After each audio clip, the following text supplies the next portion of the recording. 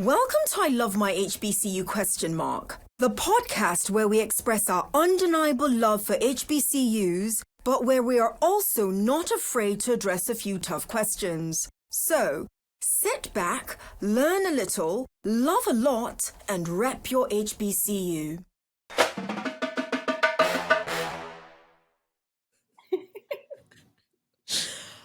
Anyway, to those who are, if you saw us laughing, it's because I literally just said I don't sound like a frog anymore before the recording started. And I'm okay for everybody to hear this because those who recorded with us recently, they knew what I sounded like because I'm just recovering from the flu. But I have an amazing South Carolina State University alum joining me on the podcast today. Bridgette Hickman, how are you? Good morning. How are you? No complaints whatsoever. Okay, so I always like to hype when we get a first on the podcast, and I'm just realizing in this moment, you are our first alum or student from South Carolina State University. So kudos to South Carolina State University. Listen, I wish I had enough to give you a quiz. You're an educator, so you will appreciate a good quiz, but I don't have enough to give you a quiz. I don't have enough to give you a quiz. Tell us about you, Bridgette. We've done our research. If I were to describe you, and I'm going to ask you to describe yourself in a hot second, but if I were to describe you, you live, breathe, maybe even sleep education in one form or another. That's how I would describe you. But you tell us, because you're also this lady with about 1.5 million hats that you wear.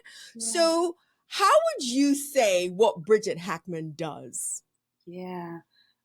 First of all, thank you so much. That was amazing introduction. Also, I'm the first, but I will not be the last alumni or student from South Carolina State University. I love it. I love it. We're excited to be here to represent.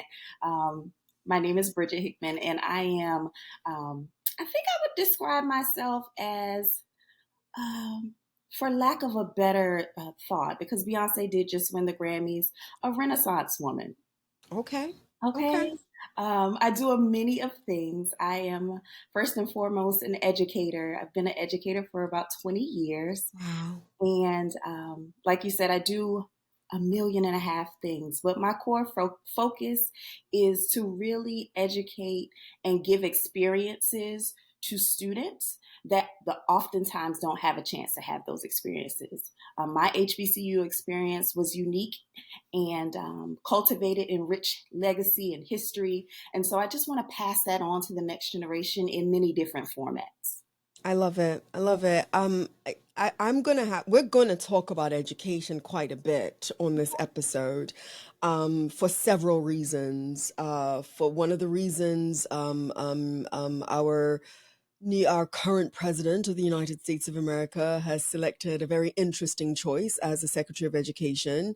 There's several different CEOs that I listen to on several other podcasts that question the value of an education in the United States currently. So we're gonna talk about education. We're gonna talk about education.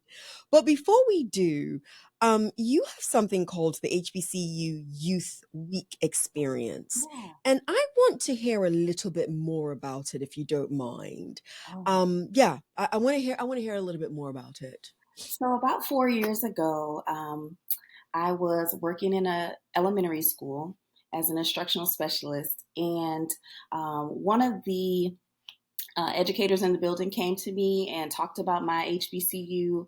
And for Black History Month, she said, I'd love to just have a Black History Day where we kind of introduce the HBCUs to students. And she had attended Claflin University at the time. Okay.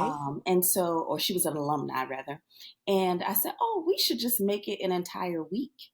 Let's stretch it out and make it actually educational, just not one day informative.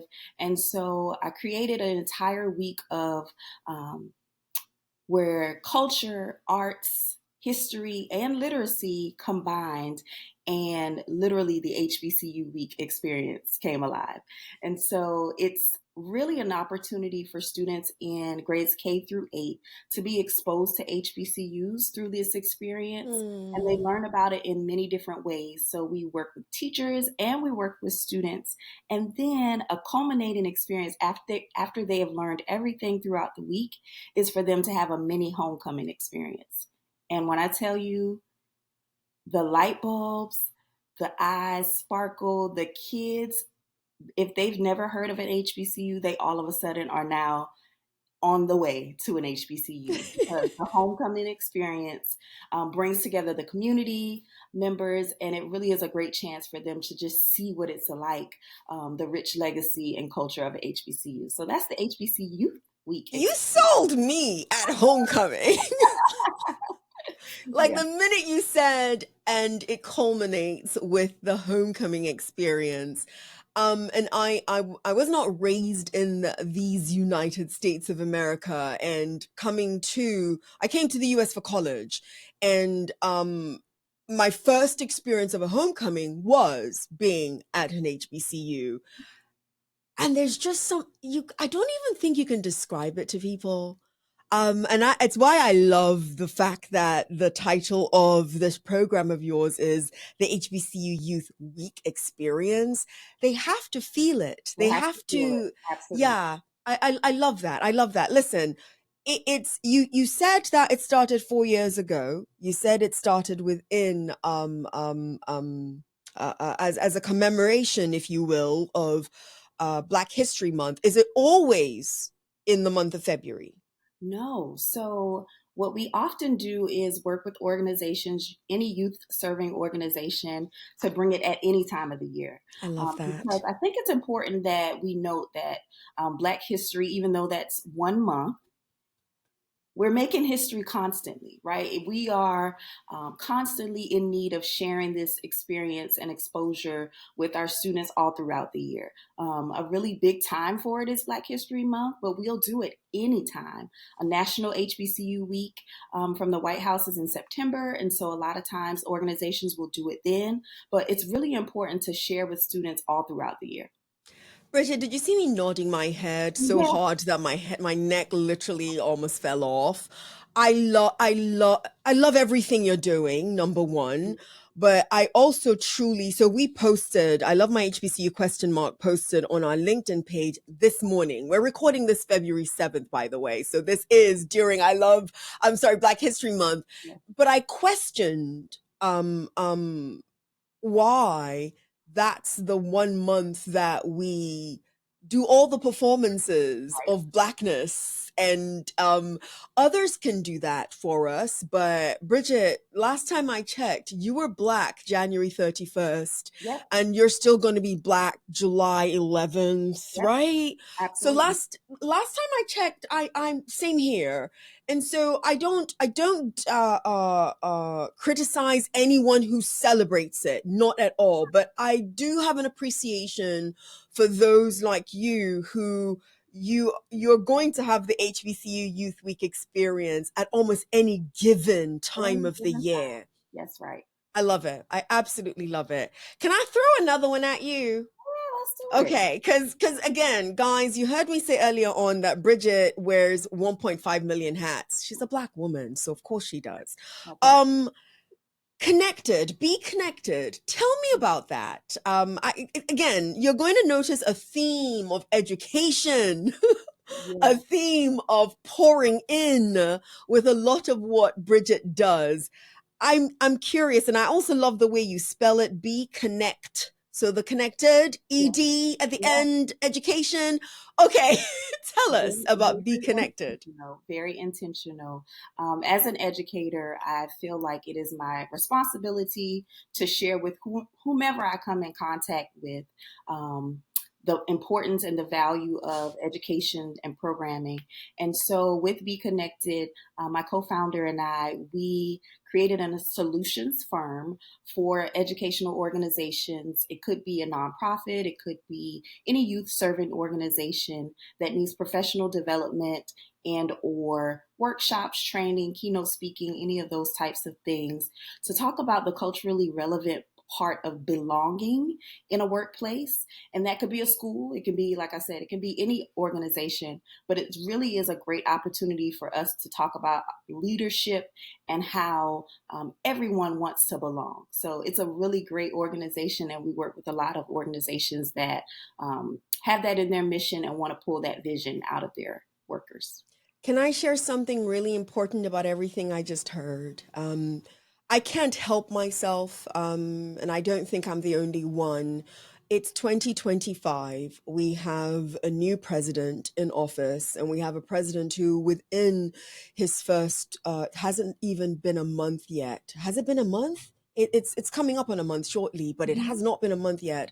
Has sent out quite a few executive orders, and one of the ones that have been of attack has been diversity, equity, and inclusion.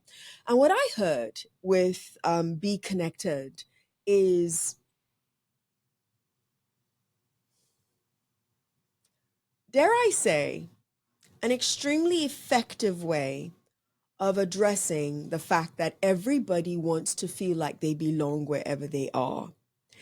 And if we took the phrasing, the acronym diversity, equity, and inclusion off the table, just take just the phrasing off the table, what really is it speaking to? It is speaking to the fact that everybody wants to feel some sense of belonging wherever they are. So good on you Yeah, for having the vision of this way before there decided to be an attack, if you will, on the reality that regardless of your gender, regardless of your race, you want to feel a little bit of a belonging somewhere. absolutely. And it stretches further than just race and gender. We talk about any other adaptive needs that people may have, right? There are a lot of different things that make us all diverse. We are not a Yes. monolith. Black people are not all the same. So I think it's important that we note that this is not just a race thing. This is something Yeah. that stretches beyond to the core of humanity, because we're Yes. all different and we all want to belong. And the purpose of diversity is to have a variety of different voices that contribute to the mission of the organization. And so it's important that organizations, even if you take the D, E, and the I, it doesn't matter what acronyms, because we come up with those all the time and they're fancy for a little while and then somebody gets tired of them. But if we take that off the table, it really is at the core of humanity. Everybody wants to Absolutely. feel like they belong. Absolutely. Someone gets tired and somebody else weaponizes it. Yeah, Yeah. yeah. And if we did not, to your point, if we did not come up with the catchy little phrases Mhm. that gives you the power to weaponize it, and we just continued the work, you're doing the work. So Yes. I appreciate you. Okay. So Ooh. let's shift gears for some fun. Although I actually find everything that we've been talking about to be fun because I'm a Um, nerd like that. um, Same, we're sisters. I love it. But I want to throw the rapid fire segment at you. I'm going to ask you as many questions as I can fit in 67 seconds. Are okay. you ready? I'm ready. She's always ready. She's an educator. She's always ready. Okay, Bridget, describe your HBCU experience in one word. Transformational. Transformational. I love it. If your time in college was a song, what would it be? Mm. Focused. That's the song. Focused. Who's the singer? I don't know. We're going to find your focused song. Okay, got it. Okay. What would you have wanted to tell your college roommate but didn't? Oddly enough, I did not have a college roommate. That lucky you. Most of us wished. On a scale of 1 through 10, how good of a student were you? I was a 10. She's like, I was a 10. Don't apologize. Don't apologize. You were a 10. Take it. But I was a 10. I was Take very it. focused. Listen, take it. Take it. She was a 10, guys. Let's see. Shout out your favorite professor or person at your HBCU and what did they teach? Oh my goodness. My favorite professor was Mr. Myers, and he was a math teacher. I was not really good at math, but he required a lot from us. He required Okay. us to be focused. He required for us to, there was a standard in his classroom from the time you stepped to the door to the Yeah. time you left out of the room. And that standard was for everything that we did in his room, whether it was the way that you presented yourself or the work that you presented to him. He just raised the bar for every single one of us. And he was so funny and cursed us out a little bit, but he was one of my favorites. I'll take it. Listen, I'm not offended by curse words, but hey, some Yeah. people are. I'm not. I smiled and thank you for joining me in that beautiful rapid fire. I smiled when you described Mr. Myers, because I've noticed a consistent theme, Bridget, and I'm going to share the consistent theme with you.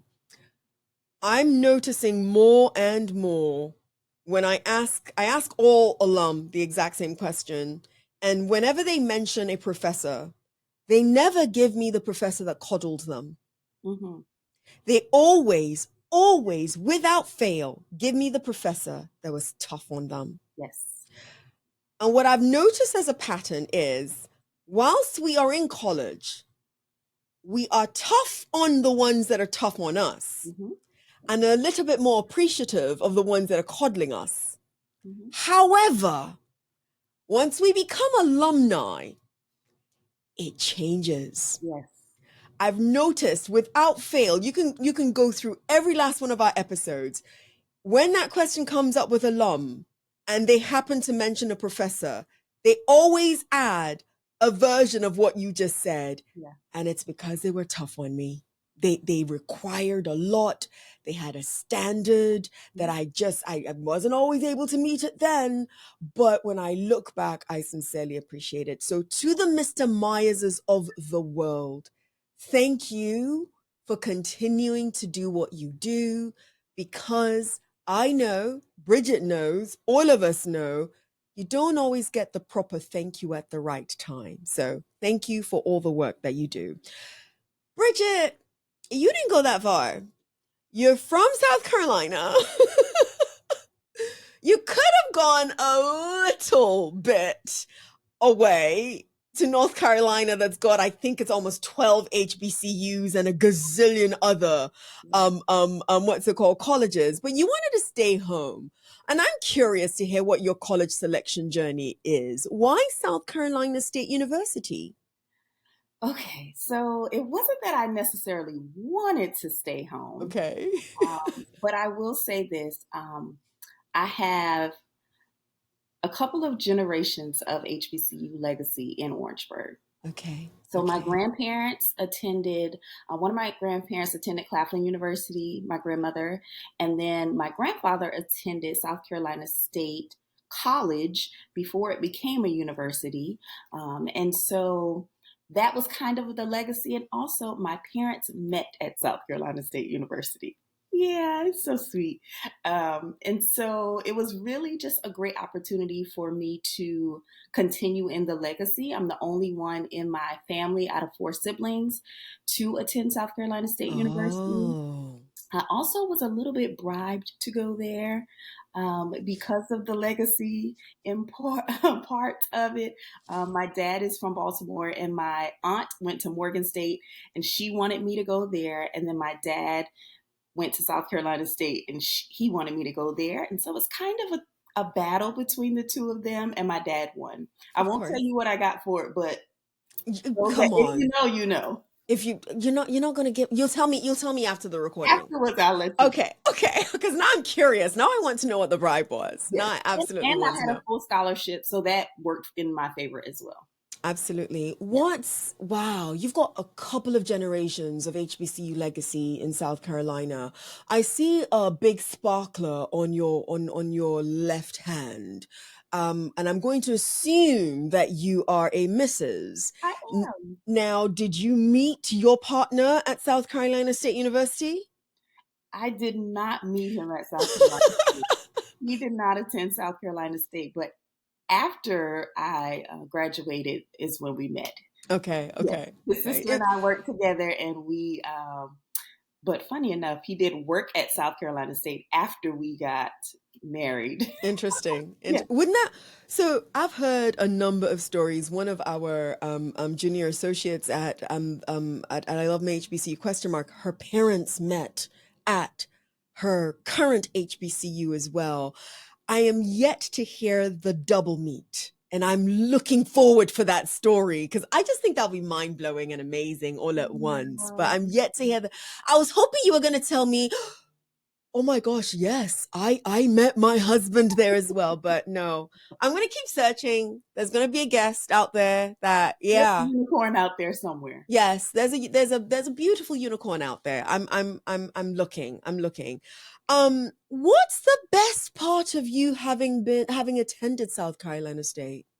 Like I said, my parents were alumni. My grandfather attended, and I think the best part for me was just feeling of being at home. Um, and the feeling of knowing that even when I was on campus and away from my parents, so to speak, that I still felt at home. Mm, And mm. so, and that was with friends and professors, the university, just atmosphere, the culture. It just felt like home.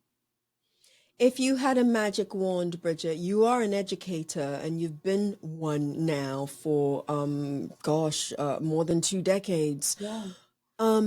If you had a magic wand to give South Carolina State University all that it needs, what's the first thing that is currently missing or was missing while you were there that you would make sure you blessed South Carolina State University with? That's a really good question. I think I blessed them with a continuous overflow of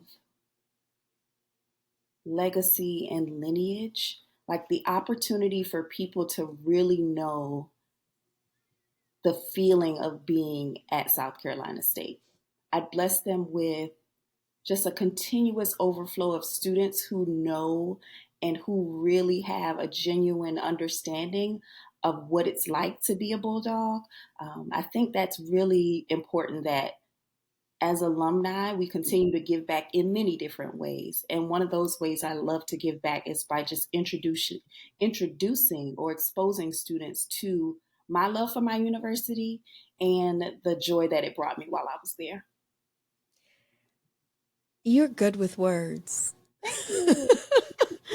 And I had to write down what you said because I want us to tease it a little bit, especially when I mentioned earlier on that we're gonna talk about education Yeah. and the CEOs that I referenced earlier who don't see the point of a college education anymore, and whatever their reasons are. You just said that you would bless South Carolina State University with a continuous overflow of legacy and lineage. So that got me. But then the other part that really got me that we must talk about is you would want more students to know what it feels like. I want to talk about that. And the reason why I want you to share your thoughts with me on that, because I'm assuming that even since being an alum of South Carolina State, you've visited several other HBCUs in tow thanks to your work. And as somebody who is still engaging her professional life at an HBCU, when I am at different HBCUs, and I'm speaking of HBCUs because that's what we love, right? It could be true of other colleges as well, but my experience is at HBCUs. I don't see that. When you said you want more students who know and feel the pride, for example, the desire, the appreciation for being where they are. Um, it's almost as if every time I see some students, not all of them, some students, somebody put a gun to their heads to be there. Have we collectively done a good job of impressing upon this generation the lasting value of an education? I think that we have done what we have always done. Okay. I think it's important that we switch our mindsets. For example, we don't begin the college conversations until high school, and That's true. specifically until maybe 10th or 11th grade is when people start to say, well, what college are you thinking about going to? If we switch those things around just a bit Yeah. and start earlier, and that's why I said the lineage, right? People who have not only their own personal children, but have any contact with children early on, I think it's important to impress upon them then, starting whenever you start.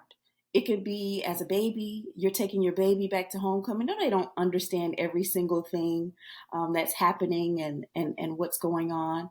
But as time progresses, if we take these gradual steps to introducing and exposing them to the rich legacy and pride of HBCUs, by the time they get to high school, they will understand the value.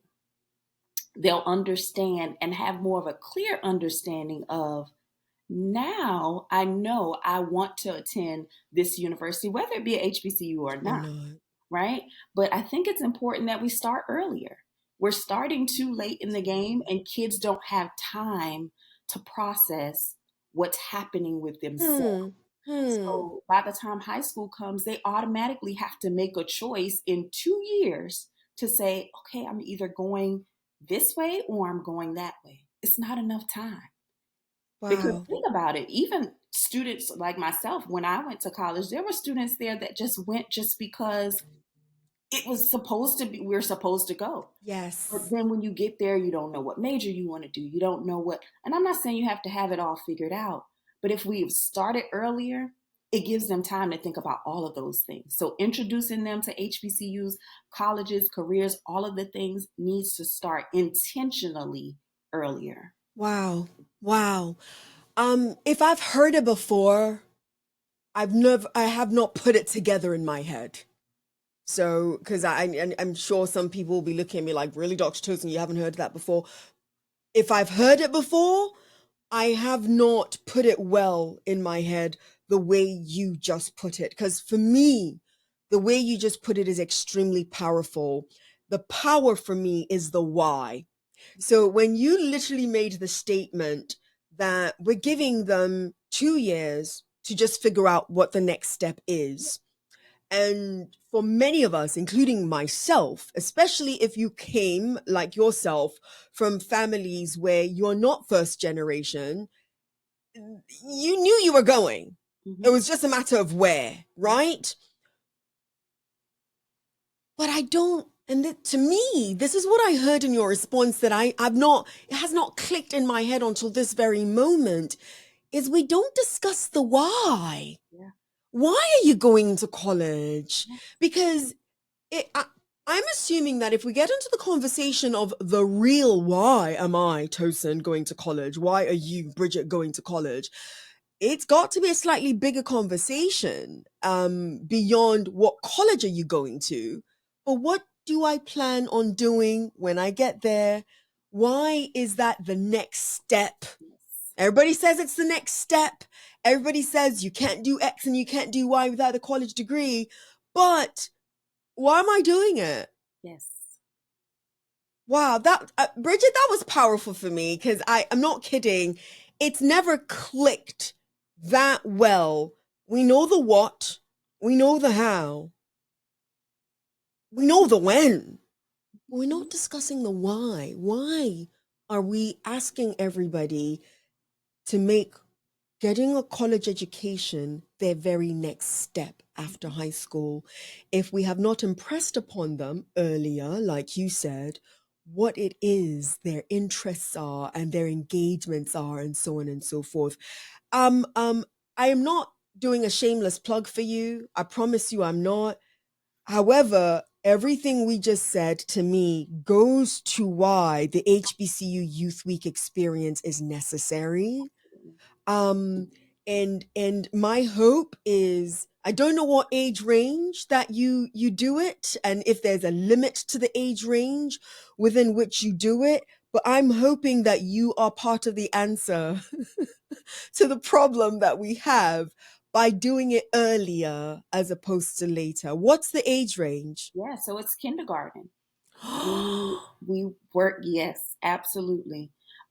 Kindergarten through eighth grade, and we just actually started a high school programming for ninth and 10th graders to work with different high schoolers. But we want it to start as soon as they get to school, as soon as they get there, public school.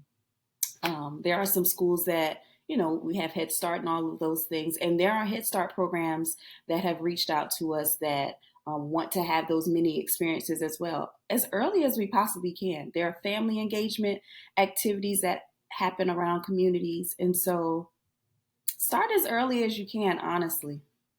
Wow, I love it. What do you have any thoughts on the incoming Secretary of Education?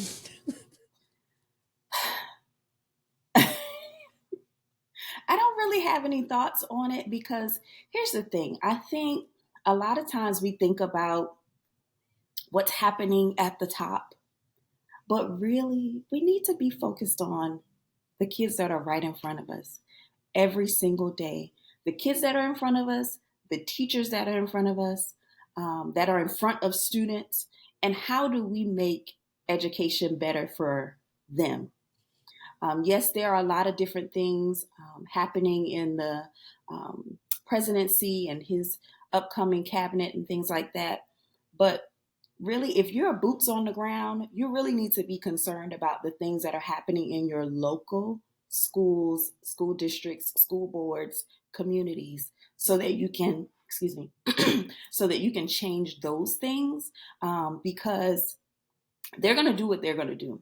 But it's our responsibility as educators to make sure that our students are educated. It doesn't matter who's telling us to do X, Y, and Z. We need to make sure that our students are educated first. Families first, students first, teachers at the forefront of those decisions that are being made. Wow. Yeah. Wow. Can we talk about teach her? Yeah. Guys, I can keep throwing each new project that Bridgette is working on like consistently because she's working on a lot of them. We've talked about HBCU Youth Week Experience. We've talked about BeConnectedED, all caps. Tell us about Teacher. So the Teach Her Empowerment Network is really just a love for Black women and Black girls. And it's a heart project. It's a nonprofit that I created with one of my business partners. And it's an opportunity for Black women educators who are educators in schools, nonprofits, any organization. You could be counselors, doesn't have to necessarily be a teacher. But the premise is really to pour into those that teach young Black girls about leadership, about learning, about all of the things that it takes to grow into girlhood, from girlhood to adulthood. And so it's really a great organization that we've created to have seminars and workshops and sessions, and just a chance for us to bond and belong and learn more about growing up as a Black girl into Black womanhood. Bridgette, you remind me of, and I can see them, so many students that I've had the honor of being in their presence, Black female students. Whenever I ask them what they want to do, it is always, I don't care what title it comes in, there's an outpouring of service consistently. And almost every single thing you're doing is an outpouring of service. Bridgette, what do you do for you? What does Bridgette do for Bridgette? Because there's a lot of outpouring. What does Bridgette do to pour into herself? You've got to give us at least 3 key things that you're doing to pour into yourself. Yeah, I do think it's really important to take care of yourself because you can't pour from an empty cup. Like, it's literally no way. So for myself, I love to travel. I travel with my husband. Oftentimes, when he travels for work, so I travel along with him. We always have amazing vacations. Like that's one of our biggest things. We love, love, love to travel.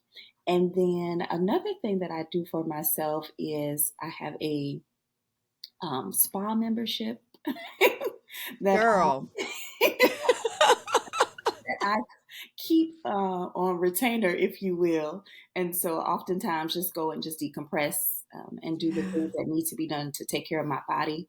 But then spiritually, I also attend church regularly. That's how I take care of myself because I understand where my help comes from, that it's not just me. And so I attend church. I have a beautiful church family. And so those things I do pour into me so that I can pour into others. Okay, okay. I'm glad I got to that. I don't always do a good job of asking our alumni guests who are consistently pouring into others what they do to pour into themselves. Like you said, you don't pour from an empty cup, but also the cup could get frazzled. Yeah. It's not just a matter of it being empty. It's also the reality that it could get broken along the way. And so I've said this enough times that a lot of our alumni guest appearances are a form of a love letter to our current students at HBCUs.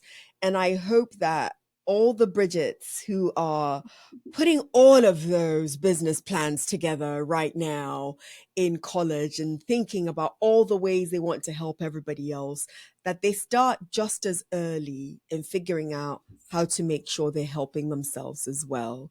Because I also find or run into a good number of them that are broken along the way. Yeah. And I need them to be a little bit more whole before they start helping everybody Yeah. else. I really, really do. Um, I was about to ask, in 5 years, what will Bridget be doing? And I think I can answer that Bridget would have started about seven more companies. Um, So many ideas.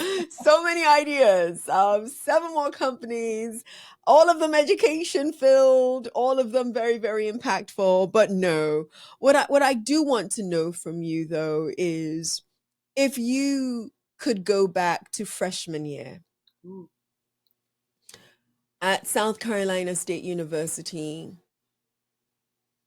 what would you have wanted to do differently? ooh, that's a really good question.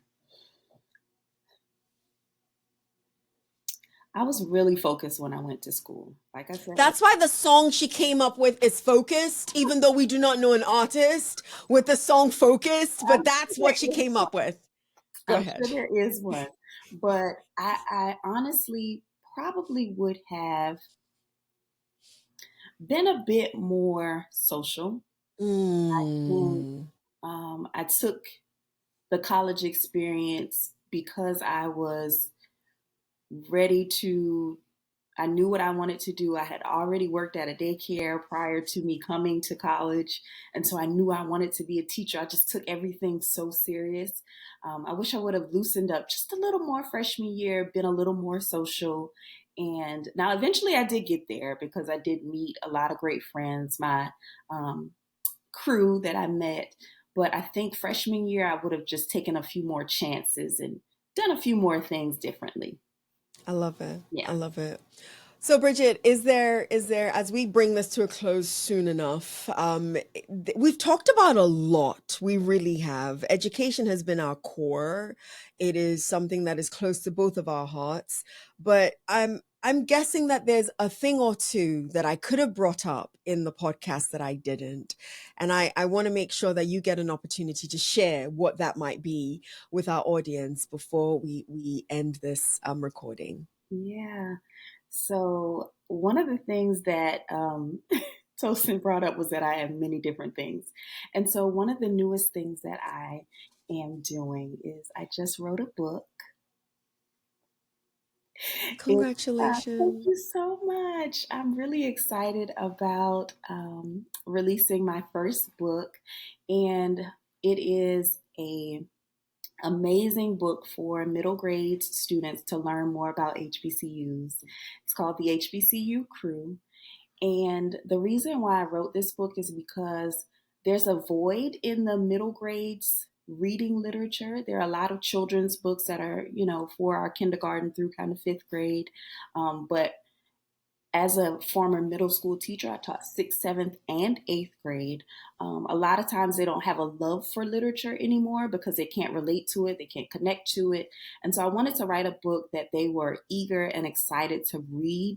And from the cover to the inner pages to all of the things that I have planned for the book, I plan to give this book to middle school students so that they ignite the love for learning and initiate a little love for HBCUs. I love it. Yay. B, you must come back. Okay. Absolutely. When the book is launched, Okay. I'd love us to talk about the book. Okay. I want to know who is part of the crew. Yeah. I want to know so much now. I really, really do. I want to know. Now I'm curious, where is it set? Is it an HBCU in the South? Is it an HBCU in the North? Like, I want to know a lot. I want to know a lot. So you have to let us know when your book comes out, because I'd love us to talk about it. Yay, awesome. I will let you know, definitely. And congratulations. That's not an easy feat to overcome. Everybody, I don't know who said it, but somebody said everybody's got a book in them. But it doesn't mean all of us are going to put pen to paper to actually get that book written. So congratulations. That's a lot of work. Congratulations. Bridgette Hickman, it has been amazing having a chat with you. I'm curious because I said earlier on, Bridgette is great with words. So no pressure, but I'm curious to hear how you, Bridgette Hickman, will end this phrase for me when I ask you to give us a short phrase or word on why you love HBCUs. I love HBCUs because of the culture, the pride, and the legacy that it instills in everyone that comes in contact, whether you're a graduate or not. HBCUs are it. They're it. I love it. Listen, if legacy wasn't in there, something's wrong, because you are HBCU legacy, like through and through. Bridgette, you are our first, and listen, it's Bulldogs, right? South Carolina State Bulldogs. All the Bulldogs who are hearing the sound of my voice, who are seeing the beautiful Bridgette Hickman on the podcast, this must not be the last guest that we have from South Carolina State University, even though she is distinctly the first. And I love that you are the first. It is impossible for you, the Bulldogs out there, and everybody else who comes across this podcast and sees Bridgette on this episode, not to go ahead and like this episode and subscribe to I Love My HBCU ? Bridgette, thank you so much for being my guest. Yours in HBCU love. Everyone, see you next episode. Thank you, Bridgette. Bye-bye. You've been listening to I Love My HBCU ? Let's keep the conversation going as we share our stories and encourage more practical support of HBCUs, whilst, of course, holding each other accountable.